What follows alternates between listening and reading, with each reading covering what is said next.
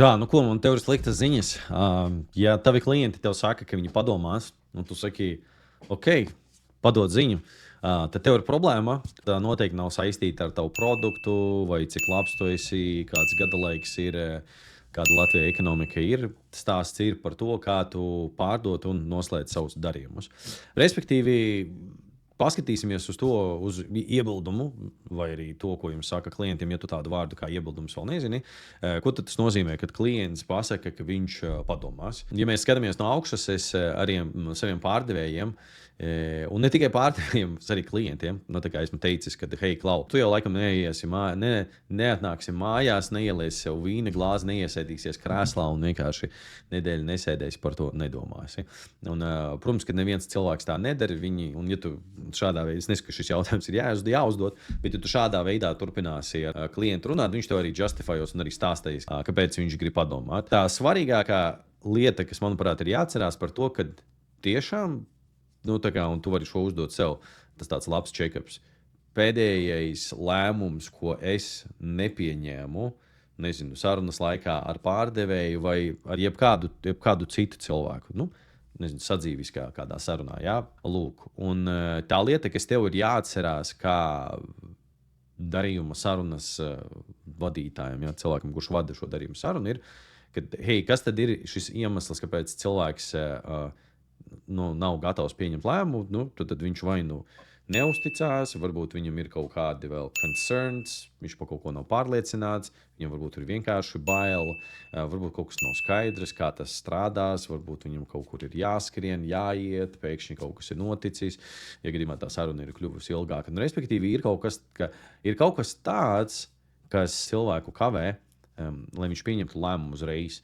Jo, ja tu piedāvātu cilvēkam iegādāties loterijas biļeti par 1000 eiro, kur būtu skaidri un gaiši rakstīts, ka viņš 100% vinnēs ar šo loterijas biļeti, aiziet aizmainīt par 10 000, visticamākais, ka 99,9% cilvēku šo loterijas biļeti nopirktu. Un tāpēc, kad ir kaut kādi iemesli, kāpēc ir kaut kāda šauba šim cilvēkam, kad šis pirkums vai šī investīcija vai šis produkts nespēja sasniegt viņu kaut kādas vēlamos rezultātus, viņi arī aiziet. Interesanta lieta, pirms pāris nedēļām nopirku tādu te grāmatu, un gatavojos uz šo YouTube video, un izrādās, ka šis čalis ir Daniels Kahnemans, un viņš ir Nobeļa godalgas īpašnieks, un viņš runā par tādu kā status quo bias.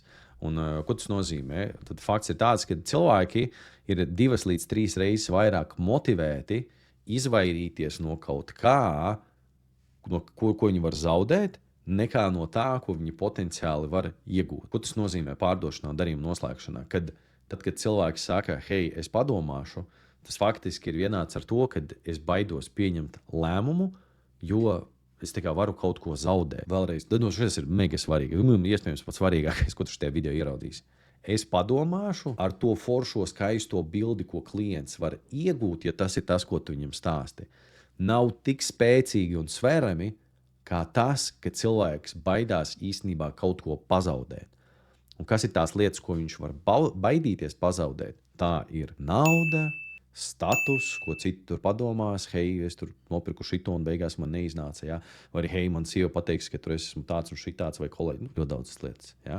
Un šeit tad ir galvenais jautājums. Vai tu vispār kaut ko dari tajā brīdī, kad klients tev pasaka šo iebildumu? Jo, ja tu neko nedari, man tev ir sliktas ziņas, ja? Kā saka viens influenceris Latvijā.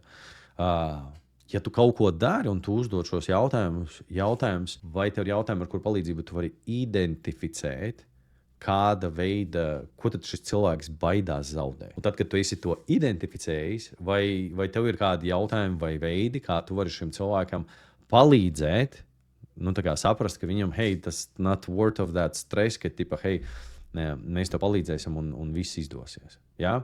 Jo, ja tev šo jautājumu nav un tu neadresē šīs bailes, visticamākais, ka šis cilvēks tā kā neatgriezīsies. Un, kā jau es rādīju, ko dara amatieris pirmajā līmenī, viņš vienkārši tā kā man ir jāpadomā, cik daudz laika jums būs vajadzīgs, lai padomātu.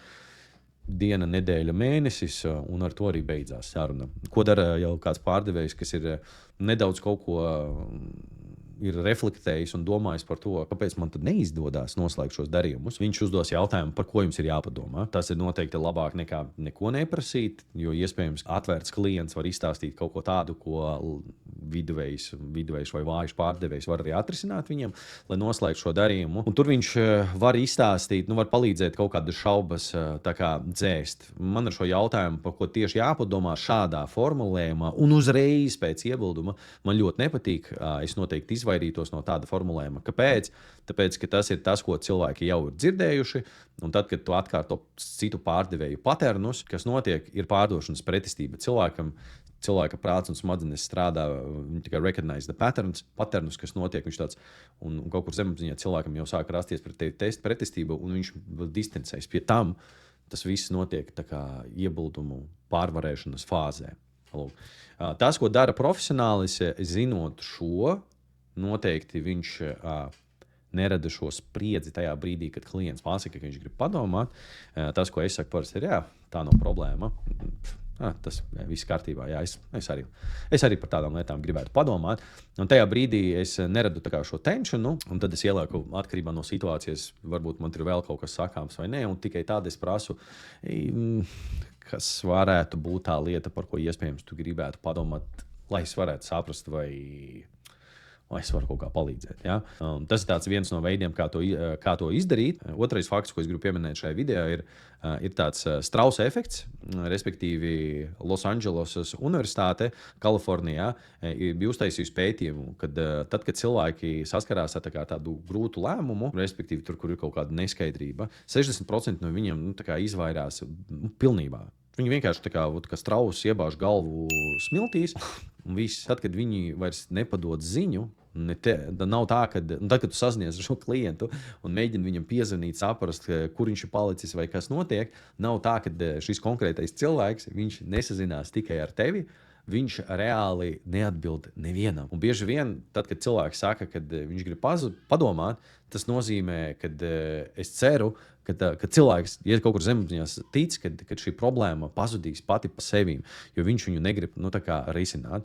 Un profesionāli pārdevēji, komunikātori, vadītāji, viņi zina un saprot, kādi jautājumi ir jāuzdod cilvēkam, lai potenciāli novadītu šo sarunu līdz īstajiem potenciāliem cēlonim, kas visbiežākais un cēlonis, kāpēc cilvēki negrib kaut ko darīt, ir vienkārši bailes no izmaiņām. Vienkārši bail. Nav komfortabli mums kā cilvēkiem kaut ko mainīt. Un kā trešā lieta ir tāds uzņēmums Gong.io, kas analizē zvanus lielā, milzīgā daudzumā. Man liekas, tas ir viens no pirmajiem rīkiem, kas analizē sarunas reālajā laikā un arī pēc sarunām. Un viņiem ir tāds raksts, kur viņi ir izanalizējuši 1 miljonu pārdošanas zvanus. Mākslīgais intelekts viņas ir izanalizējis un nonācis pie šādiem secinājumiem, ka tad, kad klients saka, es padomāšu, 88% gadījumos no tām konkrētajām miljonu sarunām izanalizētajām, 88% cilvēki nekad vienkārši neatgriezās atpakaļ pie šī pārdevēja, lai aprunāties. Bet tie pārdevēji, kas gāja tālāk un uzdeva jautājumus, gāja dziļāk, 54% gadījumu galu galā noslēdza šo darījumu. Nevis gaidīja, kad viņi follow-upos un sazināsies ar klientu pēc, nedēļas, 2 vai 3, tad, kad cilvēks būs iebāzis kā strauss savu galvu smiltīs. Bet tad, kad viņi runāja un prasīja, protams, tāds ir jautājums par to, ko tieši un kā prasīt, bet ja tu gribi paņemt vienu vismaz lietu, kuru iemācīties no šī video, un arī varbūt ne tikai pārdošanā, tad sāc prasīt, virzīties, uzdot šos jautājumus, lai saprastu, par ko tad īsti ir jāpadomā. Manā sarunu bibliotēkā noteikti ir desmitiem, man liekas, pat 100 sarunu ierakstu par to, kā es esmu palīdzējis sev un klientam nonākt līdz tam īstiem cēlonim, kāpēc viņi negrib virzīties uz priekšu un, principā, vienmēr es to daru. Un, ja tu vēlies, lai es padalos ar savu sarunu reāli, vai varbūt, ja tu gribi, lai es uztaisu detalizētu vēl vienu atsevišķu video, kur es tirzāju tieši to, kas būtu jādara un kā jādara, kādi jautājumi jāuzdod un kad jāuzdod, tad uzspied like šim video un uzraksti komentārā, kāda formāta video par es padomāšu iebildumu tu gribētu redzēt. Varbūt kādu kompilāciju, nezinu, kur ir 3, pieņemsim, manas sarunas, kur cilvēks ir teicis, ka viņš grib padomāt, un kā es esmu palīdzējis, kā es esmu šo sarunu novadījis uz nākamajiem jau soļiem. Nu, lūk, šodien viss. Prieks, ka skatījies šo video. Raksti komentāros, es jau teicu, spied laiku un tiekamies nākamajā video. Čau!